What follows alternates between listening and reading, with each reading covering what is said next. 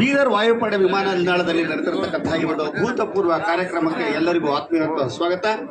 ಬೀದರ್ ಮತ್ತು ಬೆಂಗಳೂರು ಹಾಗೂ ಬೆಂಗಳೂರು ಬೀದರ್ ನಡುವಿನ ವಿಮಾನಯಾನ ಸೇವೆ 1.5 ವರ್ಷಗಳಿಂದ ಸ್ಥಗಿತಗೊಂಡಿತ್ತು. ಕೇಂದ್ರ ಸರ್ಕಾರ ಉಡಾನ್ ಯೋಜನೆಯ ಅಡಿಯಲ್ಲಿ ಸಬ್ಸಿಡಿಯನ್ನು ನೀಡಿ ನಂತರ ಅದನ್ನು ಹಿಂಪಡೆದ ಹಿನ್ನೆಲೆಯಲ್ಲಿ 1.5 ವರ್ಷದಿಂದ ಬೀದರ್ ನಗರಕ್ಕೆ ವಾಯುಯಾನ ಸೇವೆ ಇರಲಿಲ್ಲ. ಈಗ ಕರ್ನಾಟಕ ಸರ್ಕಾರವೇ ಸಬ್ಸಿಡಿಯನ್ನು ನೀಡುವುದರ ಮೂಲಕ ಮತ್ತೊಮ್ಮೆ ವಿಮಾನಯಾನ ಸೇವೆ ಆರಂಭವಾಗಿದೆ. ಇದೆಲ್ಲವೂ ನಮ್ಮೆಲ್ಲರಿಗೂ ಸಂತೋಷದಂತಹ ವಿಚಾರ. ಈ ಸಮಾರಂಭಕ್ಕೆ ಸಾಂಕೇತಿಕವಾಗಿ ಇದು ಕಾರ್ಯಕ್ರಮವನ್ನು ಇಲ್ಲಿ ನಡೆಸ್ತಾ ಇದ್ದೇವೆ. ಇದಾದ ನಂತರ ನೆಹರು ಕ್ರೀಡಾಂಗಣದಲ್ಲಿ ಅಭೂತಪೂರ್ವವಾಗಿರತಕ್ಕಂತಹ ಬೃಹತ್ ಕಾರ್ಯಕ್ರಮ ನಡೀತಾ ಇದೆ. ಇಲ್ಲಿ ಕೆಲವೇ 10 ನಿಮಿಷಗಳಲ್ಲಿ ಕಾರ್ಯಕ್ರಮವನ್ನು ನಾವು ಪೂರ್ಣಗೊಳಿಸಿ ಅಲ್ಲಿಗೆ ತೆರಳೋರಿದ್ದೇವೆ. ಎಲ್ಲರೂ ಸಹಕರಿಸಬೇಕಾಗಿ ಕೋರ್ತಾ ಇದ್ದೇನೆ. ಈಗ ಹೊಸ ಚಿಗುರು ಹಳೆ ಬೇರು ಕೂಡಿರಲು ಮೊರಸೊಬಗು, ಹೊಸ ಯುಕ್ತಿ ಹಳೆ ತತ್ವದೊಡಗೂಡೆ ಧರ್ಮ, ಋಷಿ ವಾಕ್ಯದೊಡನೆ ವಿಜ್ಞಾನ ಕಲೆ ಮೇಳವಿಸ ಜಸವು ಜನಜೀವನಕ್ಕೆ ಮಂಕುತಿಮ್ಮ ಅಂತ DVG ಅವರು ಹೇಳ್ತಾರೆ. ಹಾಗೆ ಈ ಒಂದು ಬೀದರ್ ಇದೆಯಲ್ಲ, ಸರ್ವಧರ್ಮ ಸಮನ್ವಯದ ನಾಡು.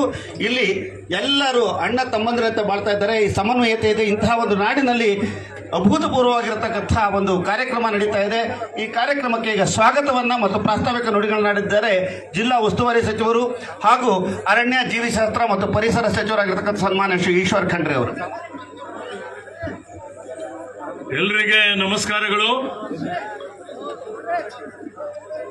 ಆತ್ಮೀಯ ಬಂಧುಗಳೇ, ಇದು ಬೀದರ್ ಜಿಲ್ಲೆಗೆ ಯಾರೂ ಮರೆಯದ ದಿನ. ಏಕೆಂದರೆ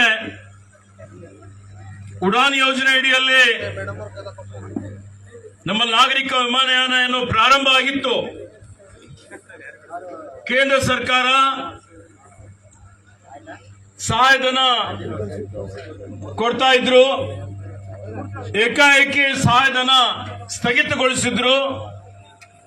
ಆ ಸಹಾಯಧನ ಸ್ಥಗಿತಗೊಳಿಸಿದ ಮೇಲೆ ಹಿಂದೆ ಇದ್ದಂತ ಡಬಲ್ ಎಂಜಿನ್ ಸರ್ಕಾರ, ರಾಜ್ಯ ಮತ್ತು ಕೇಂದ್ರ ಸರ್ಕಾರ ಸ್ಥಗಿತಗೊಂಡಂತ ವಿಮಾನಯಾನ ಅವರಿಗೆ ಪ್ರಾರಂಭ ಮಾಡಲಿಕ್ಕೆ ಆಗಿರಲಿಲ್ಲ. ನಮ್ಮೆಲ್ಲರ ನೆಚ್ಚಿನ ನಾಯಕರು, ಈ ರಾಜ್ಯ ಕಂಡ ಅಪರೂಪದ ಮುತ್ಸದ್ದಿ ರಾಜಕಾರಣಿಗಳಾದಂತ ಮಾನ್ಯ ಶ್ರೀ ಸಿದ್ದರಾಮಯ್ಯಜಿ ಅವರು, ಅವರ ಒಂದು ಸಹಕಾರದಿಂದ ಇವತ್ತು ನಾನು, ರಹೀಂ ಖಾನ್ ಅವರು, ಸಂಸದ ಸಾಗರ್ ಖಂಡ್ರೆ ಅವರು, ಇತರ ಎಲ್ಲಾ ಜನಪ್ರತಿನಿಧಿಗಳು, ನಮ್ಮ ಭೀಮರಾವ್ ಪಾಟೀಲ್ ಅವರು ಇರಬಹುದು, ಚಂದ್ರಶೇಖರ್ ಪಾಟೀಲ್ ಅವರು, ರಾಜಶೇಖರ್ ಪಾಟೀಲ್ ಅವರು, ಇತರ